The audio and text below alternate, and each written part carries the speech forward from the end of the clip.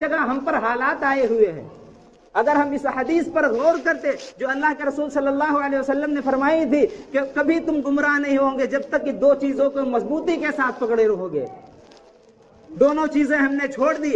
اللہ رب العالمین نے قرآن مجید کے اندر فرمایا فخلف من بعدهم خلف اضاعوا الصلاة واتبعوا الشهوات فسوف يلقون غیا. ان کے بعد کچھ ایسے ناخلف لوگ پیدا ہو گئے جنہوں نے نماز کو ضائع کر دیا, جنہوں نے دین کو ضائع کر دیا, اپنی خواہشات کے پیچھے پڑ گئے. آج ہم چاہتے ہماری خواہش پوری ہو, جائز ہو یا ناجائز ہو, حرام ہو یا حلال ہو, اسلام اجازت دیتا ہے یا نہیں دیتا, ہم یہ نہیں دیکھتے. بس ہمارے دل کے اندر آیا ہم کر گزرتے ہیں. ہمارے دل کے اندر گناہ کی کرنے کا جنون سوار ہوتا ہے, ہم کر گزرتے ہیں. ہم نہیں دیکھتے اگر کوئی منع کرتا ہم کہتے ہیں اپنا کام کرو, یہ مولویوں کا کام ہے, یہ پرانے لوگوں کا کام ہے, کیا تمہیں جنت نہیں جانا؟